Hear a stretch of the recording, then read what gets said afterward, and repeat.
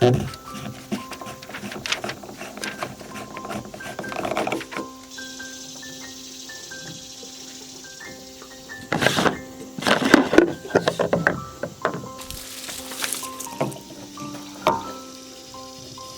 from time to time I get asked what I do for water. I've shown this once or twice before, but pretty older videos. You're looking at it. I just bring it from Dayton. This is a 35-gallon tank. That's a 300-gallon tank that's buried in the ground. And I'm just hauling it in for now. You know, in the future we've got some possibilities. Probably rainwater is the most feasible. We also have a spring that runs about 9 months a year. So we can do some combination of things with that. And that's definitely something we're going to do on the channel sometime. I don't know when.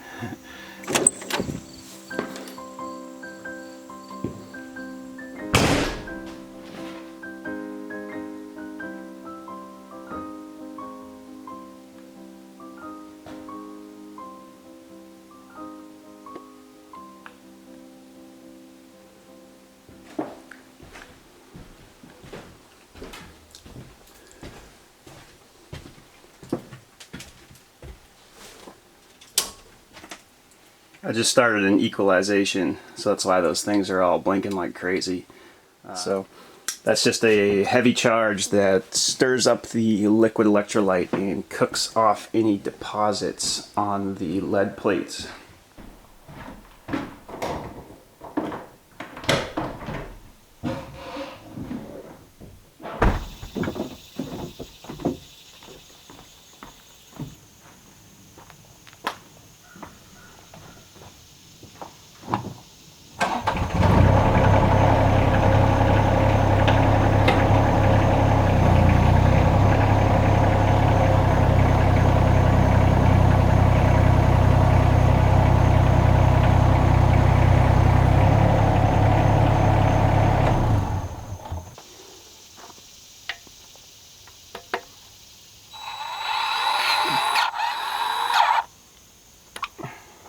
So there's so many grease zerks on this thing, and I just start at the end of the boom and work my way back to the body.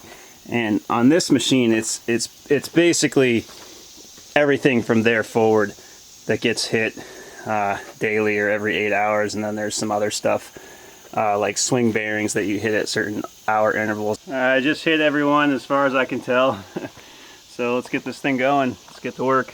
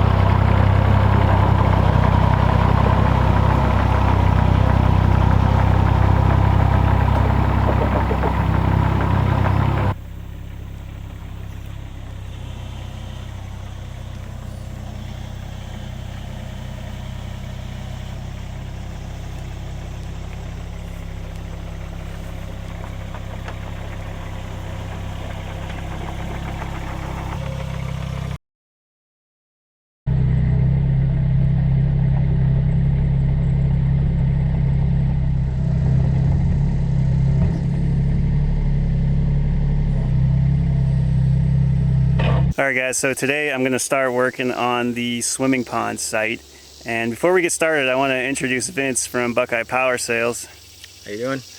Vince came down here out of the kindness of his own heart to just help me film. So anytime you see a moving shop that I'm in, that would not be possible without him here. Yeah, I appreciate it. Thanks for having me down. I wanted to check out the project and kind of get a first-hand view. It's awesome. Yeah, it's been really cool. Vince and everyone at BPS has just taken a real interest in what we're doing here, and he doesn't have to be here. He just came to help, so I appreciate that. So give him some thanks in the comments. Alright guys, so where I'm standing here is going to be where this little natural swimming pond is, and we've got like a berm of grass right here. That's going to be the ground level, and there's already kind of a depression, and then we're going to dig it out further, and the spoils are going to go over here on this side, and that's going to kind of make up our far bank. So it's going to be pretty small, like maybe 15 feet by 25 feet, give or take. So the first thing we're going to do is just kind of build up a rock terrace wall over here to help hold everything in.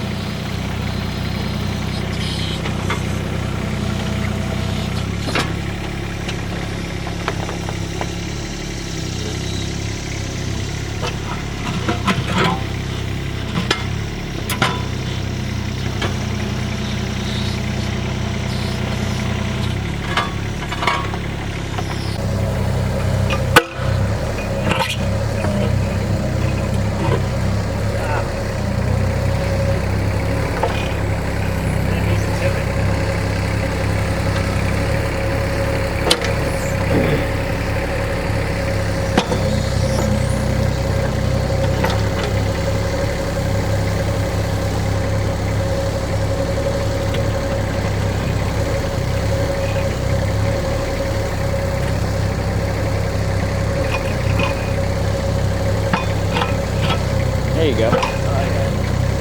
Perfect.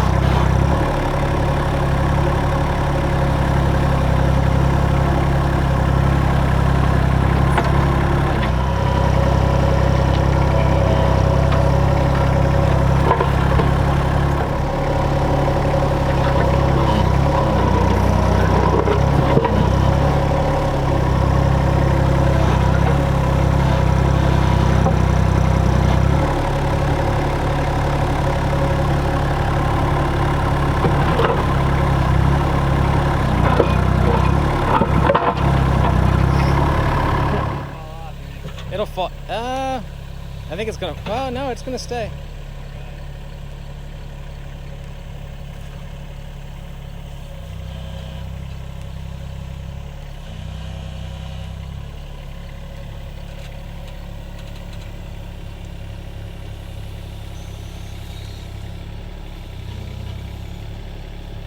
You gotta, yeah, move up that way and then back. This way. There you go.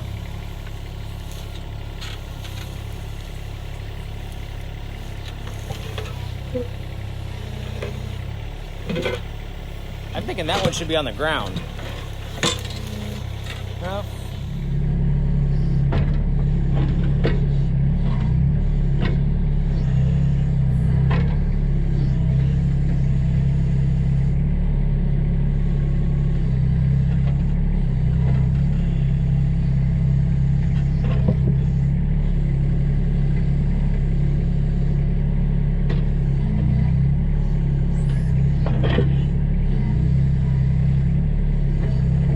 get them in your truck?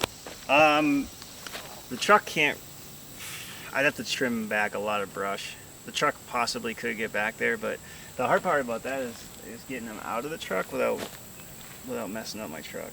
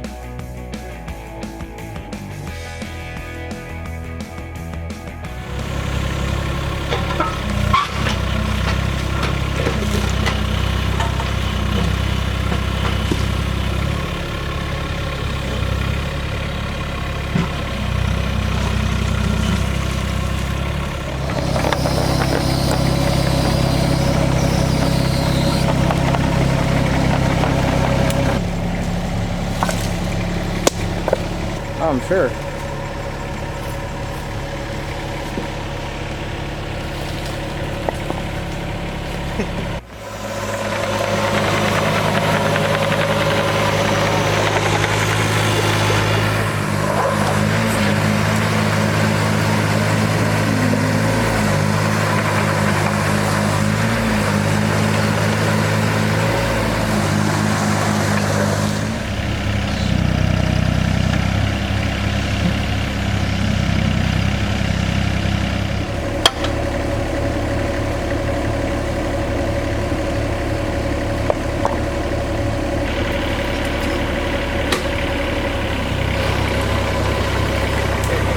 What could go wrong?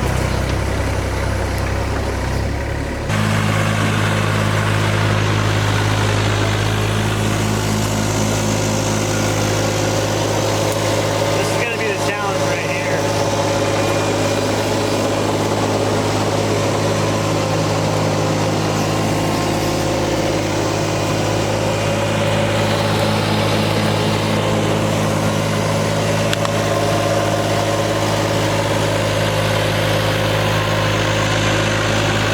It's pretty impressive.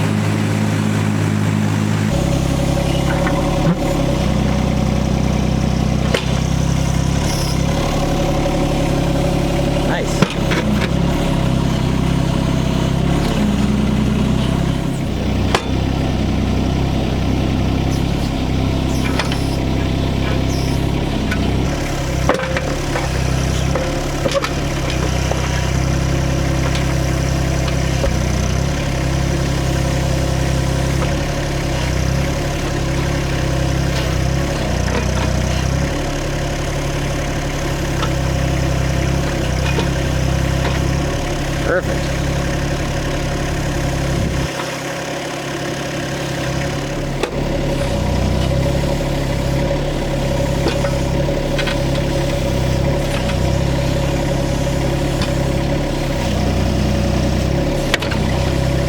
Yeah, that tree's seen its last days. Yeah, it's time to take some.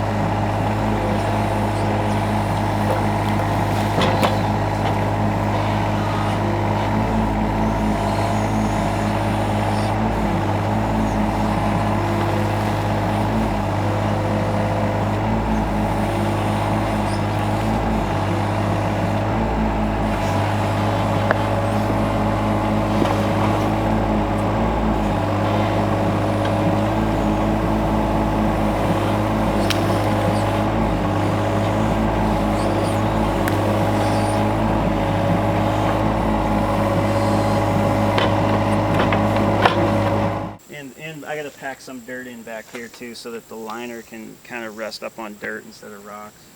Bring more rocks out and build this up a little higher. After finishing the built-in bench seat, I wasn't really organized enough to start the next project. So this was good to take a day and do this. From after we got done messing around with those rocks, we started digging at 1 and I stopped a little bit before 7, so that hole that you'll see by the end of the video is about 6 hours of work. So I've always said that I hate rushing, and whatever I do, I end up doing bad, sloppy work that I'm not happy with. And the other thing I've learned is that I really need to pay attention and follow my motivation. So I wasn't really feeling working on the shingles, and I also have a friend who's gonna help me with that possibly next week. So this was good for my mental health to get on the excavator and do this rather than try to force through something that I really didn't want to do. I started building the cabin in 2014, and I've always enjoyed every step of it along the way. I'm a firm believer that you have to enjoy the things you're doing. If you only think about being finished, you're not going to live in the moment. You're not going to have fun with those projects. So that's kind of my philosophy for this whole cabin. I know I'm going to finish it as long as I don't meet an untimely end. I know I'll get it done. I want to take my time and do it the way I want and have fun doing it. I don't want to get burnt out. So by end of today, I have about 50 hours of operating experience on excavators, and I've got to say I'm starting to feel pretty comfortable on them. I'm certainly not expert. There's certain movements that are still hard for me, especially keeping the blade level to the ground while I'm pushing away. I'm decent at it pulling forward, but I'm still not great at it pushing away. Oh yeah, also, what do you guys think? Should I get a thumb? If you think I should get a thumb, let me know in the comments.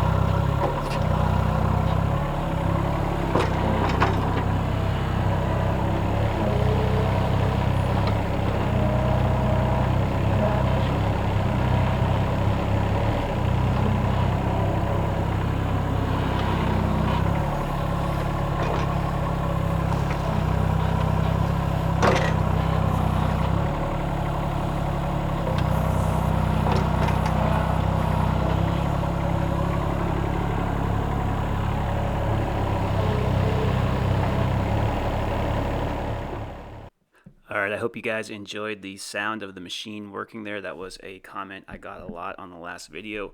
But if I didn't speed this video up, it would be about 4 hours long. So we're going to speed it up and do some music. I hope you like it. We'll slow it back down here for a bit before the video ends.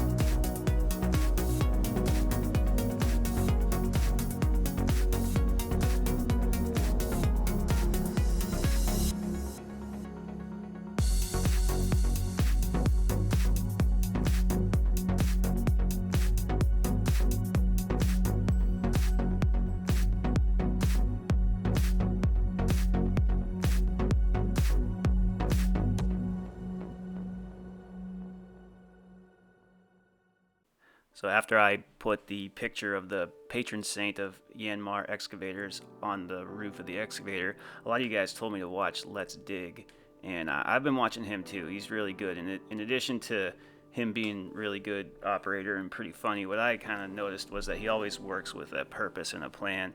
So that's kind of what I was focusing on here. I'm not 100% sure what that purpose or plan was, but I was working towards it. And I've also been watching Dirt Perfect and Captain Kleeman. I like those guys too. They're pretty good. So that's what I've been watching lately on the excavator front. I'm about halfway done paying back the First National Bank of Sarah what I owe her. So after, and I hope you guys know that is a euphemism for our family finances. She's not standing there cracking the whip over me about spending money. That was a joke. Also a joke, I am aware that thumbs exist. I was joking about that. That's probably a thumb and another bucket's probably the first two things that I will buy once I have money. And then after that, I'll probably either upgrade some camera gear and then maybe save up for either a skid steer or a small four-wheel drive dump truck. Not really sure yet.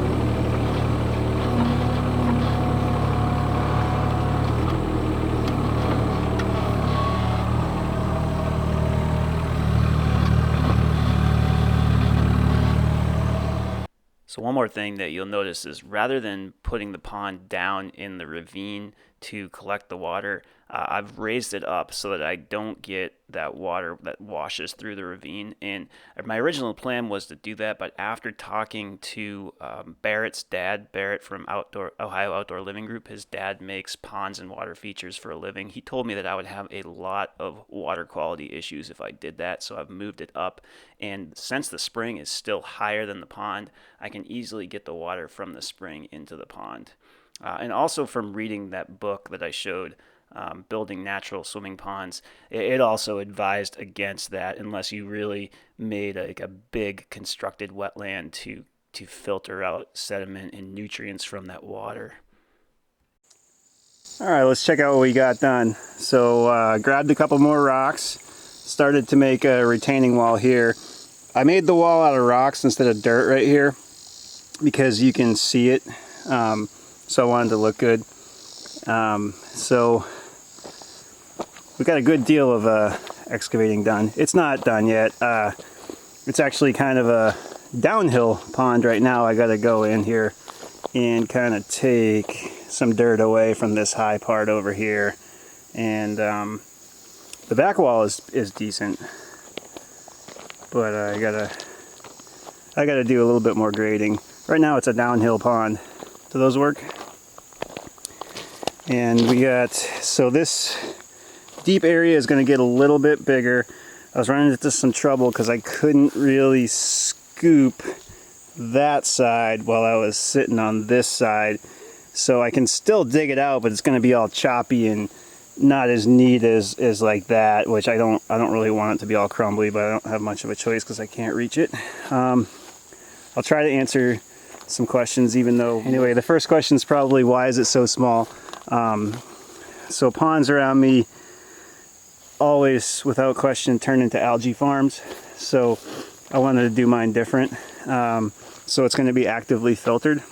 And so this deep area is the swimming area, and this shallow shelf here is the planting area, but it's also acts like a giant aquarium pond. So you actively pull water through a base of washed stone, and the microbial activity eats the nutrients out of the water so that stuff like string algae doesn't form.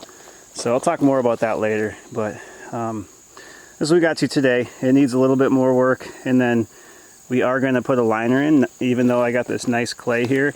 And the reason is that it helps to prevent sediment from getting disturbed when people swim in it. So I don't care too much about sediment, but I want, you know, everyone I know and Sarah and everyone else to be willing to swim in it. So we're going to line it and filter it.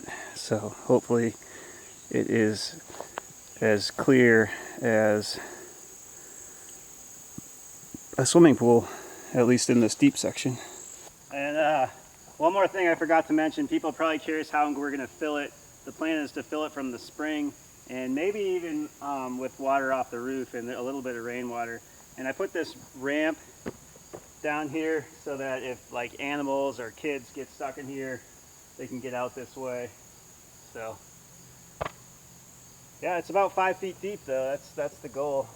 I still need to get more rocks and fill in this area and just do a bit more grading, but we're pretty close. This clay, they put it on a potter's wheel.